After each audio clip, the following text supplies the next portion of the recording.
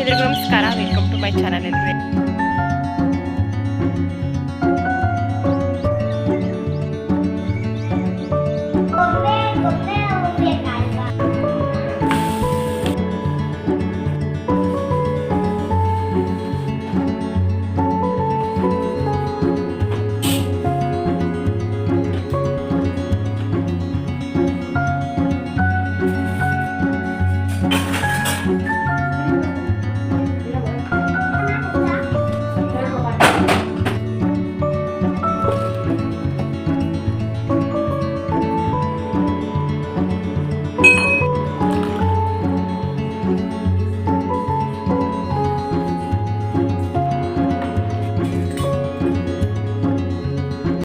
Hi family, welcome to my channel.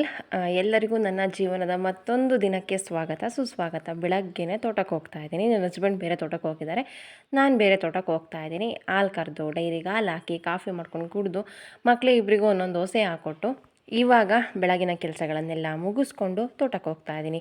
ಇನ್ನು time 7:15. ನೋಡ್ಬೋದು ಎಷ್ಟು ಬಿಸಿಲು ಬಂದಿದೆ ಅಂತ. ಹಸುಗಳನ್ನ ಇಲ್ಲೇ ಪಕ್ಕದಲ್ಲಿ ಮೇಯೋದಕ್ಕೆ ಬಿಟ್ಟು ನಾನು ಸ್ವಲ್ಪ ಹೊತ್ತು ಶುಂಠಿ ಕಳೆಯನ್ನು ತೆಗಿತೀನಿ. ಒಂದು 10-10:30 ತನಕ ತೋಟದಲ್ಲಿರ್ತೀನಿ.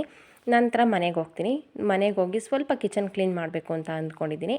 ಇವತ್ತಿನ ವ್ಲಾಗ್ ಅದೇ ಆಗಿರುತ್ತೆ. ಅಷ್ಟರಲ್ಲಿ ಹಸುಗಳು ಕೂಡ ತುಂಬ ಚೆನ್ನಾಗಿ ಮೇಯ್ದಿರ್ತವೆ. ಹಾಯ್ ಎಲ್ರಿಗೂ ನಮಸ್ಕಾರ, ವೆಲ್ಕಮ್ ಟು ಮೈ ಚಾನಲ್. ಎಲ್ಲರೂ ಹೇಗಿದ್ದೀರಾ? ಎಲ್ಲರಿಗೂ ಹೊಸ ವ್ಲಾಗ್ಗೆ ವೆಲ್ಕಮ್ ಮಾಡ್ತಾ ಇವತ್ತಿನ ಈ ಪುಟಾಣಿ ವ್ಲಾಗನ್ನು ಸ್ಟಾರ್ಟ್ ಮಾಡ್ತಾ ಇದ್ದೀನಿ. ಈ ವ್ಲಾಗ್ ನಿಮಗೆ ಇಷ್ಟ ಆದರೆ ಲೈಕ್ ಮಾಡಿ, ಶೇರ್ ಮಾಡಿ. ಪ್ಲೀಸ್ ನಮ್ಮ ಚಾನಲ್ಗೆ ಯಾರು ಸಬ್ಸ್ಕ್ರೈಬ್ ಆಗಿಲ್ಲ ಸಬ್ಸ್ಕ್ರೈಬ್ ಮಾಡ್ಕೊಂಡು ಸಪೋರ್ಟ್ ಮಾಡಿ ಅಂತ ಕೇಳ್ಕೊಳ್ತಾ ಇದ್ದೀನಿ. ಬನ್ನಿ ಇವತ್ತಿನ ಈ ಪುಟಾಣಿ ವ್ಲಾಗನ್ನು ಸ್ಟಾರ್ಟ್ ಮಾಡೋಣ. ತೋಟದಿಂದ ವ್ಲಾಗನ್ನು ಸ್ಟಾರ್ಟ್ ಮಾಡ್ತಾ ಇದ್ದೀನಿ. Busy day. ತಿಂಡಿ ಇವತ್ತು ರೆಡಿ ದೋಸೆ ಮಾಡಿ ಅವರಿಬ್ಬರಿಗೂ ಒಂದೊಂದು ದೋಸೆ ಹಾಕ್ಕೊಟ್ಟು ನಾನು ಕಾಫಿ ಮಾಡ್ಕೊಂಡು ಕುಡಿದು ಬಂದೆ. ಹೋಗಿ ತಿಂಡಿಯನ್ನು ಮಾಡೋದು. ಹಸುಗಳು ನೋಡ್ಕೊಂಡು ಬಂದು ಕಟ್ಟಿದ್ದೀನಿ. ಅವು ಕೂಡ ಮೇಯ್ತಾ ಇದ್ದಾವೆ. ನಾನು ಸ್ವಲ್ಪ ಹೊತ್ತು ಕಳೆ ತೆಗೆದು ಅವನ್ನ ನೆರಳಿ ಕಟ್ಟಿ ಮನೆಗೆ ಹೋಗೋದು. ಇದು ಆಗಿದೆ ನನ್ನ ಇವತ್ತಿನ ಸ್ಟಾರ್ಟ್ ಡೇ. ಈ ಥರ ಇದೆ. ಇಷ್ಟ ಆದರೆ ಲೈಕ್ ಮಾಡಿ, ಶೇರ್ ಮಾಡಿ, ಸಬ್ಸ್ಕ್ರೈಬ್ ಆಗಿ. ಬನ್ನಿ ಇವತ್ತಿನ ವ್ಲಾಗ್ ಹೇಗೆ ಹೋಗುತ್ತೆ ಅಂತ ನೋಡೋಣ. ಹಾಗೆ ಸ್ವಲ್ಪ ಕಳೆ ತೆಗೆದು ಬೆಳಗಿನ ಕೆಲಸ ಮುಗಿಸ್ಕೊಂಡು ಮನೆಗೆ ಹೋದರೆ ಬಿಸಿಲಲ್ಲಿ ಬೇಕಾದರೆ ಮನೆ ಒಳಗೆ ಎಷ್ಟಾದ್ರೂ ಕೆಲಸ ಮಾಡ್ಕೊಳ್ಬಹುದು. ಹಾಗೆ ಜೊತೆಗೆ ನಾನು ಪ್ರತಿದಿನ ಸಂಜೆ ಬರಬೇಕಾದ್ರೆ ಬೆಳಗ್ಗೆ ಮತ್ತು ಸಂಜೆ 2 ಟೈಮು ಕೂಡ ನೀರು ತೊಗೊಂಡು ಬರ್ತೀನಿ. ಊಟ ಇಲ್ಲ ಅಂತಂದ್ರೂ ಇರ್ಬೋದು. ಈ ಬೇಸಿಗೆಲಿ ನೀರಿಲ್ಲ ಅಂತಂದರೆ ಖಂಡಿತ ಇರೋದಕ್ಕಾಗೋದಿಲ್ಲ. ಅದರಲ್ಲೂ ನಾನಂತೂ ಇರೋದೇ ಇಲ್ಲ. ನನಗೆ ಅವಾಗವಾಗ ನೀರು ಕುಡಿತಾನೇ ಇರಬೇಕು. ಇಲ್ಲ ಅಂತಂದರೆ 1/2 ಅವರ್ ಕೂಡ ಇರೋದಕ್ಕಾಗೋದಿಲ್ಲ. ಹಾಗಾಗಿ ಪ್ರತಿದಿನ ನೀರು ತೊಗೊಂಡು ಬರ್ತೀನಿ. ಊಟ ಇಲ್ಲ ಅಂದ್ರೂ ಇರ್ಬೋದು, ನೀರಿಲ್ಲ ಅಂತಂದರೆ ಇರೋದಕ್ಕಾಗೋದಿಲ್ಲ ಅಲ್ವಾ. ಹಾಗಾಗಿ ಇದೇನು ಕಿಚನ್ ಕ್ಲೀನ್ ಅಂತ ವ್ಲಾಗಲ್ಲಿ ಹಾಕಿ ಥಂಬ್ನೈಲಲ್ಲಿ ಹಾಕಿ ಇಲ್ಲಿ ಈ ಕೆಲಸ ಮಾಡ್ತಾ ಇದ್ದಾರೆ ಅಂತ ಅನ್ನಿಸ್ಬೋದು. ಈ ಕೆಲಸ ತುಂಬಾ ಮುಖ್ಯ ಅಲ್ವಾ. ಈ ಕೆಲಸ ಮುಗಿಸ್ಕೊಂಡು ಮನೆಗೆ ಹೋದ್ಮೇಲೆ ನನ್ನ ಕೆಲಸ ಏನಿದೆ ನಾನು ಅದನ್ನು ಮಾಡ್ಕೊಳ್ಳೋದು. ಹಾಗೆ ಹಸು ಮೇಯ್ದಂಗೂ ಆಗುತ್ತೆ. ಮತ್ತೆ ಹೋಗ್ಬೇಕಾದ್ರೆ ನೆರಳಿ ಕಟ್ಟು ಹೋಗ್ಬೋದು. ಇದೊಂದು ಸೈಡ್ ನೋಡಿ ಎಷ್ಟಿದೆ ಅಂತ. ಇದ್ರೊಳಗೆ ಶುಂಠಿ ಹುಡುಕ್ಬೇಕಾಗತ್ತೆ. ಅಷ್ಟು ಬದ್ಗ ಅಂತ ಅಂತಾರೆ, ಇದನ್ನೇನಂತ ಕರೀತಾರೆ, ಸಿಕ್ಕಾಪಟ್ಟೆ ಹುಟ್ಟಿದೆ. ಅದನ್ನೆಲ್ಲ ತೆಗೆದು ಕ್ಲೀನ್ ಮಾಡಿ ಆಯಿತು. ನೋಡಿ ಒಂದೊಂದು ಸಾಲಲ್ಲಿ ಇಷ್ಟಿಷ್ಟು ಬರ್ತಾ ಇದೆ.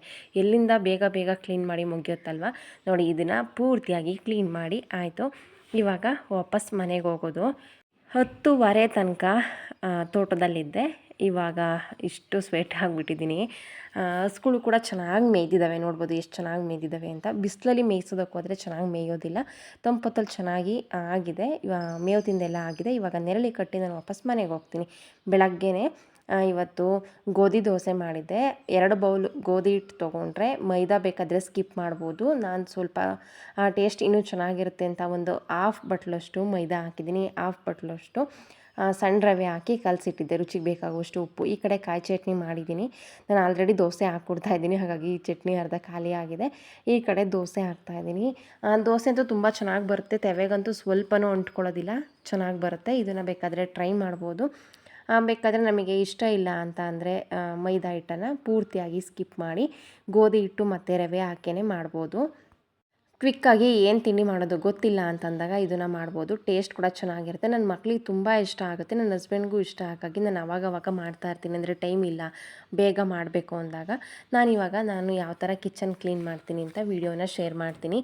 ಕಿಚನ್ ಪೂರ್ತಿ ಆರ್ಗನೈಸ್ ಮಾಡಬೇಕು. ಪೇಂಟ್ ಆಗದೆ ನಾನು ಯಾವುದನ್ನೂ ಕೂಡ ಮಾಡೋದಿಲ್ಲ. ಜಸ್ಟ್ ಬರೀ ಕ್ಲೀನ್ ಮಾಡ್ತಾ ಇದ್ದೀನಿ ಅಷ್ಟೇ. ಇದು ಡೀಪ್ ಕ್ಲೀನ್ ಅಲ್ಲ. ಈ ಥರ ಆವಾಗವಾಗ ವಾರಕ್ಕೆ 1 ಸಲನಾದ್ರೂ ಕ್ಲೀನ್ ಮಾಡಿಕೊಂಡ್ರೆ, ವೀಕ್ಲಿ ಒನ್ಸ್ ಕ್ಲೀನ್ ಮಾಡಿಕೊಂಡ್ರೆ ತುಂಬ ನೀಟಾಗಿ ಕಾಣಿಸುತ್ತೆ ಕಿಚನ್ ಯಾವಾಗ್ಲೂ.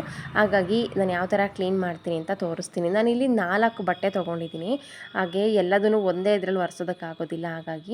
ಹಾಗೆ ಮನೆ ದೊಡ್ಡದಾಗಿರ್ಬೋದು ಚಿಕ್ಕದಾಗಿರ್ಬೋದು, ಹೆಣ್ಮಕ್ಳ ಪ್ರಪಂಚ ಅಂದ್ರೇ ಕಿಚನ್ ಅಲ್ವಾ. ಜಾಸ್ತಿ ಹೊತ್ತು ನಾವು ಟೈಮನ್ನು ತೊಗೊಳ್ಳೋದೇ ಜಾಸ್ತಿ ಹೊತ್ತು ಇರೋದೇ ನಾವು ಕಿಚನಲ್ಲಿ. ಹಾಗಾಗಿ ಅದು ಆದಷ್ಟು ಯಾವಾಗಲೂ ಕ್ಲೀನಾಗಿದ್ದರೆ ನಮಗೂ ಕೂಡ ಒಂಥರ ಸಮಾಧಾನ. ಎಷ್ಟಾದ್ರೂ ಅಡುಗೆ ಮಾಡೋದಕ್ಕೆ ಮನಸ್ಸು ಬರುತ್ತೆ. ಬೆಳಗ್ಗೆ ಎದ್ದು ಕಿಚನ್ಗೆ ಹೋದಾಗ ಕಿಚನ್ ಕ್ಲೀನ್ ಮಾಡಿಲ್ಲ ಅಂತಂದರೆ ಫಸ್ಟೇ ಮೈಂಡ್ ಅಪ್ಸೆಟ್ ಆಗುತ್ತೆ. ಯಾವುದೂ ಕ್ಲೀನ್ ಮಾಡೋದಕ್ಕಾಗೋದಿಲ್ಲ, ಅಡುಗೆ ಮಾಡೋದಕ್ಕೂ ಮನಸ್ಸು ಬರೋದಿಲ್ಲ. ಹಾಗಾಗಿ ನೈಟ್ ಎಲ್ಲದನ್ನು ಕ್ಲೀನ್ ಮಾಡಿ ಬಿಟ್ಟರೆ ಬೆಳಗ್ಗೆ ನಾವು ಬ್ರೇಕ್ಫಾಸ್ಟ್ ಅಥವಾ ಏನಾದ್ರೂ ಮಾಡಬಹುದು. ಅಲ್ಲಿ ಕೆಲಸ ಮಾಡೋದಕ್ಕೆ ನಮಗೂ ಕೂಡ ಮನಸ್ಸಿರುತ್ತೆ. ನಾನು ಯಾವ ಥರ ಕ್ಲೀನ್ ಮಾಡ್ತೀನಿ ಅಂತ ಡೀಪ್ ಅಲ್ಲ ಇದು, ಪೂರ್ತಿ ಕಿಚನ್ ಎಲ್ಲ ಪೇಂಟ್ ಮಾಡಿಸಿ ಆರ್ಗನೈಸ್ ಆದಮೇಲೆ ಕಿಚನ್ ಯಾವ ಥರ ನಾನು ಕ್ಲೀನ್ ಮಾಡ್ತೀನಿ ಅಂತ ಕಂಪ್ಲೀಟ್ ವ್ಲಾಗನ್ನು ಶೇರ್ ಮಾಡ್ತೀನಿ. ಇದು ಜಸ್ಟ್ ಬರೀ ಕ್ಲೀನಿಂಗ್ ಅಷ್ಟೇ. ಯಾವ ಥರ ಮಾಡ್ತೀನಿ ಅಂತ ತೋರಿಸ್ತೀನಿ. ನಾವೇನೇ ಕ್ಲೀನ್ ಮಾಡ್ತೀವಿ ಅಂತಂದ್ರೂ ಇವಾಗ ಶೆಲ್ಫ್ ಮೇಲಾಗಿರ್ಬೋದು, ಕೌಂಟರ್ ಟಾಪ್ ಮೇಲಾಗಿರ್ಬೋದು, ಏನಿದೆ ಅದನ್ನ ಐಟಮ್ಸ್ ಎಲ್ಲ ಫಸ್ಟು ಕ್ಲಿಯರ್ ಮಾಡಬೇಕು. ನಂತರ ಕ್ಲೀನ್ ಮಾಡೋದಕ್ಕೆ ಸರಿ ಹೋಗುತ್ತೆ. ನನಗನ್ಸೋದು ಕಿಚನ್ ಎಷ್ಟು ಕ್ಲೀನಾಗಿರುತ್ತೆ ಮನೆಯವರ ಆರೋಗ್ಯ ಕೂಡ ಅಷ್ಟೇ ಚೆನ್ನಾಗಿರುತ್ತೆ ಅಂತ. ಕಿಚನ್ ಕ್ಲೀನಾಗಿಲ್ಲ ಅಂತಂದರೆ ಆರೋಗ್ಯ ಏರುಪೇರಾಗುತ್ತೆ. ವೀಕ್ಲಿ ಒನ್ಸ್ ಇಷ್ಟು ಮಾಡಿಕೊಂಡ್ರೆ ಸಾಕು.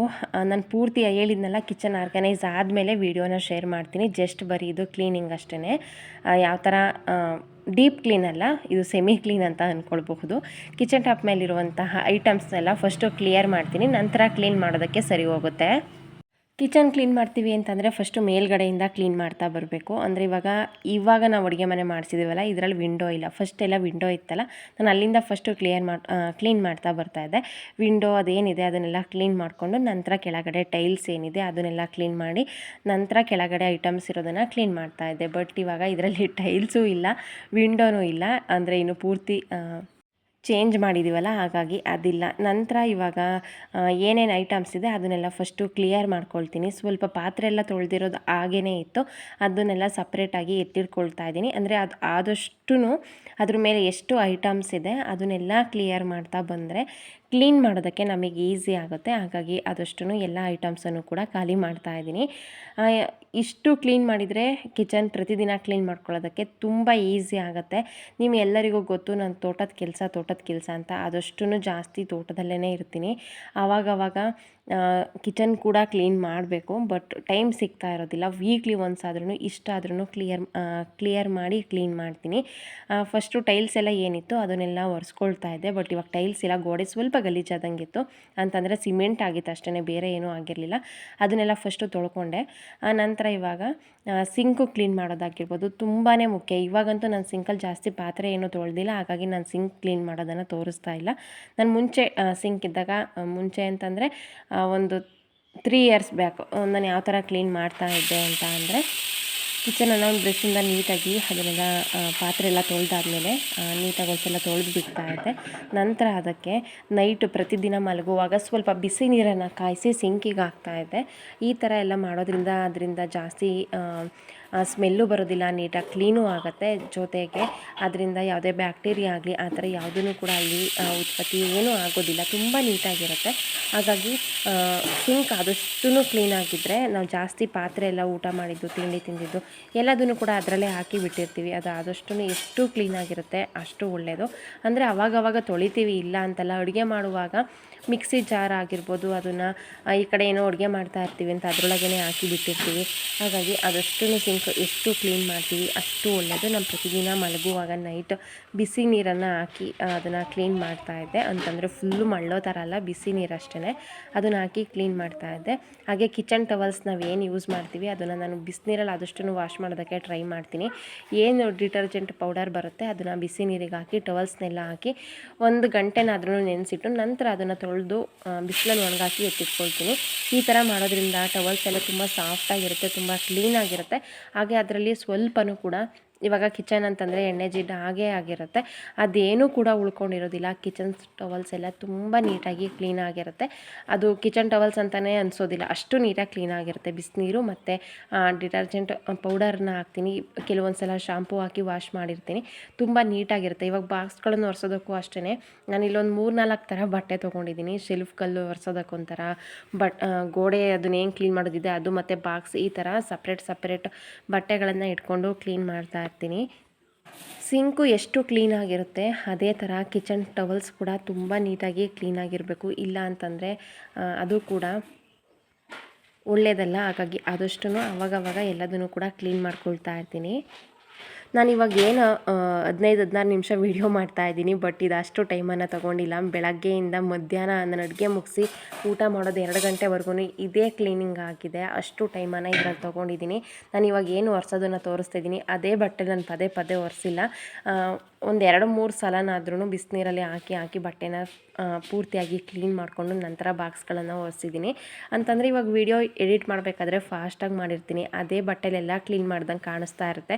ಬಟ್ ನಾನು ಆ ಥರ ಮಾಡಿಲ್ಲ. ಏನು ಕಿಚನ್ ಟವಲ್ಸ್ ಇದೆ ಅದನ್ನೆಲ್ಲ ಬಿಸಿನೀರಲ್ಲಿ ಹಾಕಿ ವಾಶ್ ಮಾಡಿ ಮತ್ತೆ ಅದನ್ನು ಯೂಸ್ ಮಾಡಿದ್ದೀನಿ. ನಾನು ಶೆಲ್ಫಿಗಾಗಿರ್ಬೋದು ಬಾಕ್ಸಿಗಾಗಿರ್ಬೋದು ಯಾವುದನ್ನು ಬಾಕ್ಸ್ಗಳಿಗೆ ಐಟಮ್ಸನ್ನು ಫಿಲ್ ಮಾಡಿ ನಾನು ಯಾವುದನ್ನು ಆರ್ಗನೈಸ್ ಮಾಡಿಲ್ಲ. ಡೈಲಿ ಯೂಸಿಗೆ ಎಷ್ಟು ಬೇಕೋ ಅಷ್ಟನ್ನು ಮಾತ್ರ ಇಟ್ಕೊಂಡಿದ್ದೀನಿ. ಪೇಂಟ್ ಆಗೋವರೆಗೂ ಕೂಡ ನಾನು ಯಾವುದನ್ನು ಕೂಡ ಅಲ್ಲಿಗೆ ಅರೇಂಜ್ ಮಾಡೋದಿಲ್ಲ. ಹಾಗೆ ನಿಮಗೆ ಸ್ವಲ್ಪ ವಾಯ್ಸಲ್ಲಿ ಡಿಸ್ಟರ್ಬೆನ್ಸ್ ಕೇಳಿಸ್ತಾ ಇರ್ಬೋದು. ವೆಹಿಕಲ್ಸ್ ಓಡಾಡ್ತಾನೆ ಇದ್ದಾವೆ, ಹಾಗಾಗಿ ಅದರದ್ದೇ ಸೌಂಡು. ಅಡುಗೆ ಮಾಡುವಾಗ ನಾವು ಕೆಲವೊಂದು ಸಲ ತುಂಬ ಅರ್ಜೆಂಟಲ್ಲಿ ಇರ್ತೀವಿ, ಇಲ್ಲ ಮಕ್ಕಳನ್ನ ಸ್ಕೂಲಿಗೆ ಕಳಿಸ್ಬೇಕು ಅಥವಾ ಟಿಫನ್ಗೆ ಲೇಟ್ ಆಗಿದೆ ಅಥವಾ ತೋಟಕ್ಕೆ ಹೋಗಬೇಕು, ಎಲ್ಲ ಕಾರಣಗಳಿಂದ ಪದೇ ಪದೇ ಬಾಕ್ಸ್ಗಳನ್ನು ಅದೇ ಕೈಯಲ್ಲಿ ಮುಟ್ತಾ ಇರ್ತೀವಿ. ಮಿಕ್ಸಿ ಆಗಿರ್ಬೋದು ಯಾವುದೇ ಆದ್ರೂ ಅಷ್ಟೇ ಪೂರ್ತಿ ಡೀಪಾಗಿ ಕ್ಲೀನ್ ಮಾಡೋದಕ್ಕಾಗಿರೋದಿಲ್ಲ. ಅಂತಂದರೆ ಟೈಮ್ ಇದೆ ಅಂತಂದಾಗ ನಾನು ಕೂಡ ಆವಾಗಲೇ ಪೂರ್ತಿ ಡೀಪಾಗಿ ಎಲ್ಲದನ್ನು ಕೂಡ ಕ್ಲೀನ್ ಮಾಡ್ಕೊಂಡಿರ್ತೀನಿ. ಕೆಲವೊಂದು ಸಲ ಟೈಮ್ ಇರೋದಿಲ್ಲ. ಎಲ್ಲ ಟೈಮಲ್ಲೂ ನಾನು ಅಷ್ಟೇ ಡೀಪಾಗಿ ಕ್ಲೀನ್ ಮಾಡಿದ್ದೀನಿ, ತೋಟಕ್ಕೆ ಹೋಗ್ಬೇಕಾದ್ರೂ ಕ್ಲೀನ್ ಮಾಡಿದ್ದೀನಿ ಅಂತಂದರೆ ಅದು ಸುಳ್ಳಾಗತ್ತೆ. ಕೆಲವೊಂದು ಸಲ ಹೇಗಾಗಿರುತ್ತೆ ಅಂತಂದರೆ ಬೇಗ ಕೆಲಸ ಮುಗಿಸಿ ತೋಟಕ್ಕೆ ಹೋದರೆ ಸಾಕಪ್ಪ, ಬಿಸಿಲೆಲ್ಲ ಜಾಸ್ತಿ ಬರ್ತಾ ಇರುತ್ತೆ, ಮತ್ತೆ ಕ್ಲೀನ್ ಅಲ್ಲಿ ತೋಟದಲ್ಲಿ ಇರೋದಕ್ಕಾಗೋದಿಲ್ಲ ಅನ್ನೋ ಕಾರಣಕ್ಕೆ ಯಾವ ತಿಂಡಿ ಬೇಗ ಆಗುತ್ತೆ ಅದನ್ನೆಲ್ಲ ಮುಗಿಸಿ ತಿಂಡಿ ಮಾಡಿಟ್ಟು ನಂತರ ನಾನು ತೋಟಕ್ಕೆ ಹೋಗಿ ಬಂದು ಈ ಥರ ಕ್ಲೀನಿಂಗ್ ಕೆಲಸನೆಲ್ಲ ಮುಗಿಸ್ಕೊಳ್ತೀನಿ. ಆ ಕಾರಣಗಳಿಂದ ಕೆಲವೊಂದು ಸಲ ಕ್ಲೀನ್ ಮಾಡೋದಕ್ಕಾಗಿರೋದಿಲ್ಲ. ಮಸಾಲ ಬಾಕ್ಸ್ನೂ ಅಷ್ಟೇ ನಾನು ಅವಾಗವಾಗ ಎಲ್ಲದನ್ನು ಕೂಡ ಕ್ಲೀನ್ ಮಾಡ್ಕೊಳ್ತೀನಿ.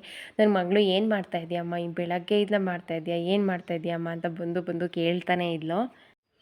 ಇವಾಗ ಏನು ನನಗೆ ಅಡುಗೆ ಮಾಡೋದಕ್ಕೆ ಬೇಕೋ ಅದನ್ನು ಮಾತ್ರ ಐಟಮ್ಸ್ ಪಕ್ಕದಲ್ಲಿ ಇಟ್ಕೊಂಡಿದ್ದೀನಿ. ಯಾವುದನ್ನು ಅರೇಂಜ್ ಮಾಡಿಲ್ಲ. ಮತ್ತೆ ಎಲ್ಲದನ್ನು ಅರೇಂಜ್ ಮಾಡಿದರೆ ಪೇಂಟ್ ಮಾಡಿಸ್ಬೇಕಾದ್ರೆ ಮತ್ತು ಇವಾಗ ಏನು ಸಿಮೆಂಟ್ ಕ್ಯೂರಿಂಗ್ ಮಾಡ್ತಾಯಿದ್ದೀವಿ ಅದಕ್ಕೆಲ್ಲ ತುಂಬಾ ಕಷ್ಟ ಆಗುತ್ತೆ. ಹಾಗಾಗಿ ನಾನು ಯಾವ ಐಟಮ್ಸ್ ಕೂಡ ಅರೇಂಜ್ ಮಾಡಿಲ್ಲ. ಎಷ್ಟು ಬೇಕೋ ಅಷ್ಟನ್ನು ಮಾತ್ರ ಇಟ್ಕೊಂಡಿದ್ದೀನಿ. ಅದನ್ನು ಕ್ಲೀನ್ ಮಾಡೋದೇ ಇಷ್ಟೋ ತನಕ ಟೈಮನ್ನು ತೊಗೊಂಡಿದ್ದೀನಿ. ಗ್ಯಾಸ್ ಸ್ಟವ್ ಅಷ್ಟೇ ಪ್ರತಿದಿನ ಎಲ್ಲರೂ ಕ್ಲೀನ್ ಮಾಡ್ಕೊಳ್ತಾರೆ. ಇದನ್ನು ನಾನು ಮಾತ್ರ ಮಾಡೋದು, ಬೇರೆ ಯಾರೂ ಮಾಡೋದೇ ಇಲ್ಲ ಅಂತಲ್ಲ. ನಾನು ಯಾವ ರೀತಿಯಾಗಿ ಕ್ಲೀನ್ ಮಾಡ್ತೀನಿ ಅಂತ ವೀಡಿಯೋಸನ್ನು ಶೇರ್ ಮಾಡಿದ್ದೀನಿ ಅಷ್ಟೇ. ನನಗಿಂತ ತುಂಬ ಕ್ಲೀನ್ ಮಾಡೋರು ಕೂಡ ಇರ್ತಾರೆ. ಬಟ್ ಕೆಲವರಿಗೆ ನನ್ನ ವೀಡಿಯೋಸ್ ಅಂದರೆ ತುಂಬಾ ಇಷ್ಟ. ಅದರಲ್ಲೂ ಕ್ಲೀನಿಂಗ್ ವೀಡಿಯೋಸ್ ಹಾಕಿದರೆ ತುಂಬ ಇಷ್ಟಪಟ್ಟು ನೋಡ್ತಾರೆ. ಜೊತೆಗೆ ನೀವು ನನಗೆ ಇನ್ಸ್ಪಿರೇಷನ್ ಅಂತ ಹೇಳ್ತಾರೆ. ಹಾಗೆ ನೀವು ಕೆಲಸ ಮಾಡೋದನ್ನು ನೋಡಿದರೆ ನಾವು ಕೆಲಸ ಮಾಡಬೇಕು ಅಂತ ಅನಿಸುತ್ತೆ ಅಂತೆಲ್ಲ ಹಾಕಿರ್ತಾರೆ. ಅವರಿಗೆ ಈ ವಿಡಿಯೋ ಖಂಡಿತ ಇಷ್ಟ ಆಗುತ್ತೆ ಅಂತ ಅಂದ್ಕೊಂಡಿದ್ದೀನಿ. ನಿಮಗೇನು ಅನ್ನಿಸ್ತು ಈ ವಿಡಿಯೋ, ಇಷ್ಟ ಆಯಿತಾ, ಹೇಗೆ ಅನ್ನಿಸ್ತು ಕಮೆಂಟಲ್ಲಿ ತಿಳಿಸಿ ಆಯಿತಾ. ಗ್ಯಾಸ್ ಸ್ಟವ್ ಅಷ್ಟೇ ಪ್ರತಿದಿನ ಎಲ್ಲರೂ ಕ್ಲೀನ್ ಮಾಡ್ತಾರೆ. ನಾನು ಅದೇ ಥರ ಬೆಳಗ್ಗೆ ಒಂದು ಸಲ, ನೈಟ್ ಮಲಗೋದಕ್ಕಿಂತ ಮುಂಚೆ ಒಂದು ಸಲ ಎಲ್ಲದನ್ನು ಕ್ಲೀನ್ ಮಾಡ್ತೀನಿ. ಗ್ಯಾಸ್ ಸ್ಟವ್ ಕೆಳಗೆ ಕ್ಲೀನ್ ಮಾಡೋದು ಕೂಡ ಅಷ್ಟೇ ಮುಖ್ಯ. ನಾವು ಪ್ರತಿ ಸಲ ಅಡುಗೆ ಮಾಡಬೇಕಾದ್ರೆ ಅದ್ರ ಮುಂದೆ ನಿಂತು ಯಾವಾಗಲೂ ಮಾಡೋದಕ್ಕಾಗೋದಿಲ್ಲ. ಈ ಕಡೆ ತರಕಾರಿ ಕಟ್ ಮಾಡ್ತಾ ಇರ್ತೀವಿ, ಆ ಕಡೆ ಪಾತ್ರೆ ವಾಶ್ ಮಾಡ್ತಾ ಇರ್ತೀವಿ. ಈ ಎಲ್ಲ ಕಾರಣಗಳಿಂದ ಕೆಲವೊಂದು ಸಲ ಹಾಲು ಸಾಂಬಾರು ಯಾವುದೇ ಆಗಿರ್ಬೋದು ಕೆಳಗಡೆ ಸ್ವಲ್ಪ ಚೆಲ್ಲಿರುತ್ತೆ.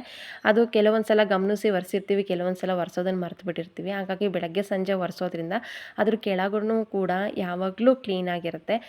ಕ್ಲೀನ್ ಮಾಡಬೇಕು ಆವಾಗವಾಗ. ಮಿಕ್ಸಿನೂ ಒಂದು ಸಲ ಎಲ್ಲ ಕ್ಲೀನ್ ಮಾಡಿಕೊಂಡು, ಬಟ್ಟೆ ಕ್ಲೀನ್ ಮಾಡಿಕೊಂಡು, ಮತ್ತು ಗೋಡೆಗಳನ್ನೆಲ್ಲ ಒಂದು ಸಲ ತೊಳ್ಕೊಂಡು ಆಲ್ಮೋಸ್ಟ್ ಎಷ್ಟು ಕ್ಲೀನ್ ಮಾಡೋದಕ್ಕಾಗತ್ತೆ ಅಷ್ಟು ಕ್ಲೀನ್ ಮಾಡಿದ್ದೀನಿ. ಎಲ್ಲದನ್ನು ಕೂಡ ವೀಡಿಯೋದಲ್ಲಿ ತೋರಿಸಿಲ್ಲ. ಮ್ಯಾಕ್ಸಿಮಮ್ ಎಷ್ಟು ತೋರಿಸ್ಬೇಕು ಅಂತ ಅನ್ನಿಸ್ತು ಅಷ್ಟನ್ನು ತೋರಿಸಿದ್ದೀನಿ. ನಾನು ಜಾಸ್ತಿ ಕೇಳ್ತಾ ಇರ್ತೀರ ಇಂಡಕ್ಷನ್ ಸ್ಟವಲ್ಲಿ ಯಾಕೆ ಜಾಸ್ತಿ ಅಡುಗೆ ಮಾಡ್ತೀರಾ ಅಂತ. ನಂಗೆ ಅದೇ ಕಂಫರ್ಟಬಲ್ ಅಂತ ಅನಿಸುತ್ತೆ. ನಾನು ಅದರಲ್ಲೂ ಮಾಡ್ತೀನಿ, ಇದರಲ್ಲೂ ಮಾಡ್ತೀನಿ, ಇಲ್ಲ ಅಂತಲ್ಲ. ಕೆಲಸಕ್ಕೆಲ್ಲ ಬರ್ತಾರಲ್ಲ ಅವಾಗೆಲ್ಲ ಜಾಸ್ತಿ ಜನ ಇರ್ತಾರಲ್ಲ, ಒಂದೇ ಇದ್ರಲ್ಲಿ ಮಾಡೋದಕ್ಕೆ ಹೋದರೆ ಲೇಟ್ ಆಗುತ್ತೆ. ಆ ಕಡೆನೂ ಮಾಡ್ತೀನಿ, ಈ ಕಡೆನೂ ಮಾಡ್ತೀನಿ. ಎಲ್ಲದನ್ನು ಒಂದು ಕಡೆಯಿಂದ ಕ್ಲೀನ್ ಮಾಡ್ಕೊಂಡು ಬಂದೆ. ಸ್ವಿಚ್ ಬೋರ್ಡ್ ಏನಿದೆ ಅದನ್ನು ಸ್ವಲ್ಪ ಕ್ಲೀನ್ ಮಾಡಬೇಕು. ಇವಾಗ ಅದನ್ನು ಹೆಂದು ಬಟ್ಟೆಲಿ ಮಾಡೋದಿಲ್ಲ. ಅದನ್ನು ಸ್ವಲ್ಪ DP ಎಲ್ಲ ಆಫ್ ಮಾಡಿ ನಂತರ ಕ್ಲೀನ್ ಮಾಡ್ಕೊಳ್ತೀನಿ. ಆದಷ್ಟು ಕರೆಂಟ್ ಹತ್ರ ನನಗೆ ತುಂಬ ಭಯ. ಎಷ್ಟು ಹುಷಾರಾಗಿ ನಾವು ಕೆಲಸ ಮಾಡ್ತೀವಿ ಅಷ್ಟು ಒಳ್ಳೆಯದು. ಎಷ್ಟು ಯೂಸ್ ಇರುತ್ತೆ ಅಷ್ಟೇ ಅಪಾಯ ಕೂಡ ಇರುತ್ತೆ. ಇವಾಗ ಸಿಲಿಂಡ್ರ್ ಆಗಿರ್ಬೋದು, ಕುಕ್ಕರ್ ಆಗಿರ್ಬೋದು, ಹಾಗಂತ ಯಾರೂ ಅಡುಗೆ ಮಾಡೋದನ್ನು ನಿಲ್ಲಿಸೋದಕ್ಕಾಗೋದಿಲ್ಲ. ಎಷ್ಟು ಸೇಫ್ಟಿಯಾಗಿ ಎಷ್ಟು ನೆನಪಿನಲ್ಲಿ ಇಟ್ಕೊಂಡು ಅಡುಗೆ ಮಾಡ್ತೀವಿ ಅಷ್ಟು ಮುಖ್ಯ ಆಗಿರುತ್ತೆ. ಹಾಗಾಗಿ ಸ್ವಿಚ್ ಬೋರ್ಡೆಲ್ಲ ನೆಂದ ಬಟ್ಟೆಯಲ್ಲಿ ಮುಟ್ಟೋದು ಅಷ್ಟು ಸೇಫ್ ಅಲ್ಲ. ನಾನು ಮುಟ್ಟೋದು ಇಲ್ಲ. ನೀವು ಕೂಡ ಆದಷ್ಟು ಅದರಲ್ಲಿ ಗಮನ ಇಟ್ಟು ಕ್ಲೀನ್ ಮಾಡಬೇಕಾದ್ರೆ ಮಾಡಿ. ಮೊಳಕೆ ಹುರುಳಿಕಾಳು ಸಾಂಬಾರು ಮಾಡ್ತಾಯಿದ್ದೀನಿ. ನಾನು ಕುಕ್ಕರಿಗೆ ಇಟ್ಕೊಂಡೇ ಕೆಲಸ ಶುರು ಹಚ್ಕೊಂಡೆ. ಅಂತಂದರೆ ಅದಕ್ಕೆ ಒಗ್ಗರಣೆ ಮಾಡಿ ಮೊಳಕೆ ಕಾಳು ಹಾಕಿ ಟೊಮೊಟೊ ಎಲ್ಲ ಹಾಕಿ ಕೂಗೋದಕ್ಕೆ ಇಟ್ಟಿದ್ದೆ. ಅದು ಇವಾಗ ಚೆನ್ನಾಗಿ ಬೆಂದಿದೆ. ಒಂದು 6ರಿಂದ 7 ವಿಷಲ್ ಹಾಕ್ಸಿದ್ದೀನಿ. ನೋಡಿ ಎಷ್ಟು ಚೆನ್ನಾಗಿ ಬೆಂದಿದೆ ಅಂತ. ಮೊಳಕೆ ಕಾಳು ಆರೋಗ್ಯಕ್ಕೆ ತುಂಬಾ ಒಳ್ಳೆಯದು. ಹಾಗಾಗಿ ಅವಾಗವಾಗ ಸೊಪ್ಪಿನ ಜೊತೆಗೆ ಅಥವಾ ಈ ಥರ ಸಪ್ರೇಟ್ ಅದರದ್ದೇ ಸಾಂಬಾರು ಮಾಡ್ತಾ ಇರ್ತೀನಿ. ಅಥವಾ ಕಾಳು ಪಲ್ಯ ಅಂದರೆ ಬಸ್ಸಾಂಬಾರು ಮಾಡ್ತೀವಲ್ಲ ಅದು ಕೂಡ ಚೆನ್ನಾಗಿರುತ್ತೆ. ನೋಡಿ ಇವಾಗ ಚೆನ್ನಾಗಿ ಬೆಂದಿದೆ. ಕಿಚನ್ ನೋಡಿ ಇವಾಗ ಒಂದು ಸಲ ತೋರಿಸ್ತೀನಿ ಹೇಗೆ ಕಾಣಿಸ್ತಾ ಇದೆ ಅಂತ. ತುಂಬ ನೀಟಾಗಿ ಕಾಣಿಸ್ತಾ ಇತ್ತು, ತುಂಬ ಚೆನ್ನಾಗಿ ಕಾಣಿಸ್ತಾ ಇತ್ತು. ನನಗೊಂಥರ ಇಷ್ಟೆಲ್ಲ ಮಾಡಿದ್ರೂ ಸುಸ್ತು ಅನ್ಸೋದಕ್ಕಿಂತನೂ ಒಂಥರ ಖುಷಿ ಅಂತ ಅನ್ನಿಸ್ತಾ ಇತ್ತು. ನಿಮಗೆ ಅದು ಸ್ವಲ್ಪ ಅಂತ ಅನ್ನಿಸ್ಬಹುದು, ಬಟ್ ನಾನು ಬೆಳಗ್ಗೆಯಿಂದ ಮಧ್ಯಾಹ್ನ ತನಕ ಮಾಡಿದ್ದೀನಿ. ತೋಟದಿಂದ 10:30ಗೆ ಬಂದೆ, 11 ಗಂಟೆಯಿಂದ ಶುರು ಮಾಡಿ 2 ಗಂಟೆವರೆಗೂ ಕೂಡ ಮಾಡಿದ್ದೀನಿ. ಇಷ್ಟೇ ಅಂತ ಅನ್ನಿಸ್ಬಹುದು, ಬಟ್ ನಾನು ಡೀಪಾಗಿ ಮಾಡಿದ್ದೀನಿ. ಹಾಗಾಗಿ ಎಲ್ಲ ನೀಟಾಗಿ ಕಾಣಿಸ್ತಾ ಇತ್ತು. ಈ ಕಡೆ ಸಾಂಬಾರು ಕೂಡ ಮಾಡಿದೆ. ರೈಸ್ಗೆ ಇಟ್ಕೊಂಡು ಹಪ್ಳ ಸುಟ್ಟರೆ ಮುಗೀತು. ಉಪ್ಪಿನಕಾಯಿ ಮುದ್ದೆ ಏನೂ ಮಾಡಲಿಲ್ಲ, ಸಂಜೆಗೆ ಮಾಡ್ತೀನಿ. ಅಡುಗೆ ಕೂಡ ರೆಡಿ ಆಯಿತು. ಮಸಾಲೆ ಮಜ್ಜಿಗೆ ಮಾಡೋದಕ್ಕಿಂತ ಬೆಳ್ಳುಳ್ಳಿ, ಜೀರಿಗೆ, ಕೊತ್ತಂಬರಿ ಸೊಪ್ಪು ಎಲ್ಲ ಅದರಲ್ಲಿ ಕುಟಾಣಿಲಿ ಕುಟ್ಟಿದ್ದೆ. ಅದ್ರದ್ದು ಸ್ವಲ್ಪ ರೋಸ್ ಥರ ಆಗಿತ್ತು. ಅದನ್ನೆಲ್ಲ ವಾಶ್ ಮಾಡಿ ಎತ್ತಿಟ್ಟೆ. ಈ ಶೆಲ್ಫಿಗೆ ನಾನು ಪಾತ್ರೆ ಏನೂ ಜೋಡಿಸಿಲ್ಲ. ನೋಡ್ತಾ ಇದ್ದೀರಾ, ಅದಕ್ಕಿನ್ನೂ ಕ್ಯೂರಿಂಗ್ ನಡೀತಾ ಇದೆ, ಪೇಂಟಿಂಗ್ ಆಗಬೇಕು. ನಂತರ ಎಲ್ಲ ಅರೇಂಜ್ ಮಾಡಿದಾಗ ವೀಡಿಯೋಸನ್ನು ಶೇರ್ ಮಾಡ್ತೀನಿ. ಅದು ಎಲ್ಲ ಕಸ ಗುಡಿಸಿದ್ದೆಲ್ಲ ಅದ್ರ ಮೇಲೆ ಡಸ್ಟ್ ಕೂತಿತ್ತು. ಹಾಗಾಗಿ ಅದನ್ನು ಕೂಡ ಎಲ್ಲ ಕ್ಲೀನ್ ಮಾಡಿದೆ. ಈ ಥರ ಎಷ್ಟಾಗುತ್ತೆ ಅಷ್ಟು ಆಲ್ಮೋಸ್ಟ್ ಎಲ್ಲದನ್ನು ಕ್ಲೀನ್ ಮಾಡ್ತಾ ಬಂದೆ. ತುಂಬ ನೀಟಾಗಿ ಕಾಣಿಸ್ತಾ ಇತ್ತು. ಇಷ್ಟೆಲ್ಲ ಹೇಳಿದ ಮೇಲೆ ಏನು ಅನ್ನಿಸ್ತಾ ಇತ್ತು ಅಂತ ಅಂದರೆ, ಆವಾಗೊಂದು ಅಡ್ವರ್ಟೈಸ್ ಬರೋದಲ್ಲ ಲೈಫೈ ಎಲ್ಲಿದೆ ಆರೋಗ್ಯ ಅಲ್ಲಿದೆ ಅಂತ. ಅದೇ ಥರ ಕ್ಲೀನ್ ಅಡುಗೆ ಮನೆ ಎಲ್ಲಿದೆ ಆರೋಗ್ಯ ಅಲ್ಲಿದೆ ಅಂತ ನನಗನ್ಸುತ್ತೆ. ಇವತ್ತಿನ ವ್ಲಾಗ್ ಇಲ್ಲೇ ಎಂಡ್ ಮಾಡ್ತಾ ಇದ್ದೀನಿ. ಹೇಗೆ ಅನ್ನಿಸ್ತು ಕಮೆಂಟಲ್ಲಿ ತಿಳಿಸಿ. ಸಿಗ್ತೀನಿ ಮುಂದಿನ ವೀಡಿಯೋದಲ್ಲಿ. Thank you.